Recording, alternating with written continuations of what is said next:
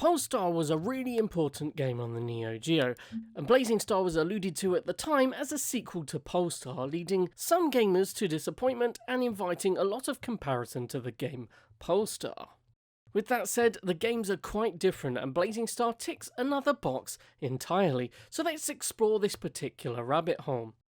Blazingstar is a horizontal side-scrolling shoot-'em-up developed by Umekobo and published by SNK in 1998 for the Neo Geo arcade and home systems. It is a follow-up to the renowned game Pulstar, from which it differs a fair bit. Now, it has been documented by various sources that during development, the developers wanted this game to maintain a degree of independence from Pulstar, making it more of a Gaiden or spin-off game. However, Umekobo's president at the time wanted to keep Pulstar in the name for business reasons. At some point, the game was going under the working name Pulstar Blast, but the publisher SNK did not want to release the game using Pulstar, as in the West the game received poor reception due to the high difficulty of the game. Eventually the game was called Blazingstar in all regions. Blazingstar is considered to be less challenging than Pulstar, and I can personally attest to this as I have found Pulstar to be quite the beautiful but frustrating beast. To get us going, I am going to point out the nuances between the two games. So the main differences between Blazingstar and Pulstar are, in Pulstar the player must spend time learning the layout of the environment for each stage very particularly, as well as the enemy movements and bullet patterns. Blazingstar relies much less on knowing patterns and the layout of the environment earlier on, meaning it is a lot more accessible from the start, and more in the vein of a traditional shoot-'em-up. The game evolves in later stages, becoming much more Pulstar-like, with a large difficulty spike and the player having to learn patterns and environments if they want to survive until the end. Another noticeable difference that separates Blazingstar from Pulstar is that when your aircraft is destroyed, you still have a life. Your aircraft will respawn, continuing the action without pausing, unless you run out of credits. In Pulstar, if your aircraft is destroyed, the game stops and you are taken back to the last checkpoint, which even happens during a boss battle. The other most noticeable difference is the amount of aircrafts available.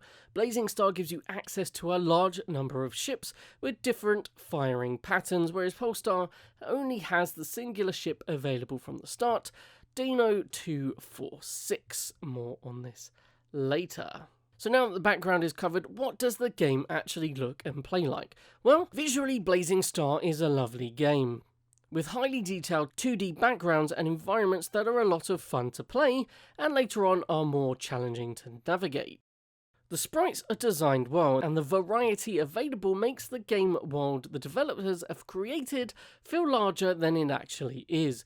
The bosses you encounter within the game clearly have a lot of time and effort put into their looks and attacks, making the boss fights one of the main highlights of the game.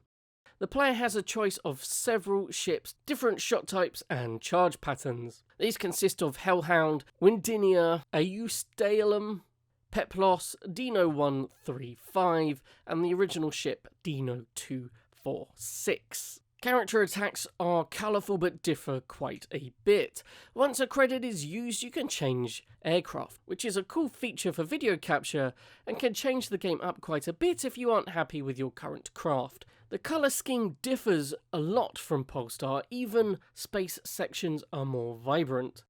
The early stages do not appear to look much different from other shooters of the era, but the further you go into the game, the more impressive the environments look. Even the variety of stage locations make the game feel like there is a big and colourful world/universe, and we are only getting a glimpse of it. The music in the game is really well done, mostly electronic and synth with electronic drums. It is a fairly usual affair for a shmup on the most part, except for that Stage 5 track sounds fantastic and is definitely worth a listen. All of the explosions and shots have impact and good quality ear feel, coin phrased in a previous video. There are some sci-fi sounds and noises here and there that only help to add to the experience. If we're still making comparisons, I think that Pulsar actually takes the biscuit here, as there are some brilliant atmospheric tracks in the game, really making the experience more intense and immersive.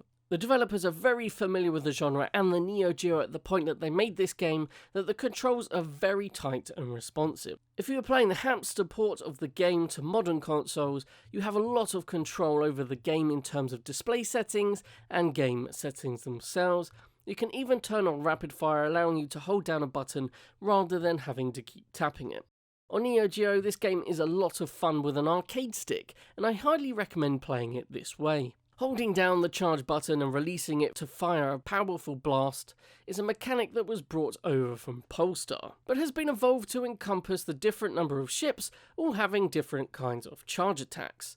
This mechanic changes as you pick up power-ups that not only increase your main shot attack, but the power and duration of your chosen craft's charge attack. These all range from weaving larger bullets to beam-like blast columns that move with you to a more of physical spark-looking attack. Once again, all of which add to the aircrafts looking and playing differently. The overall package I find is a lot of fun. The game is vintage enough in terms of gameplay, but offers great 2D visual graphics with fantastic boss battles, and the large choice of ships mean there is a lot of replayability to be had. The game gets less fun for me during later levels, where you need to start memorizing things a bit more, but overcoming this challenge makes it more enjoyable.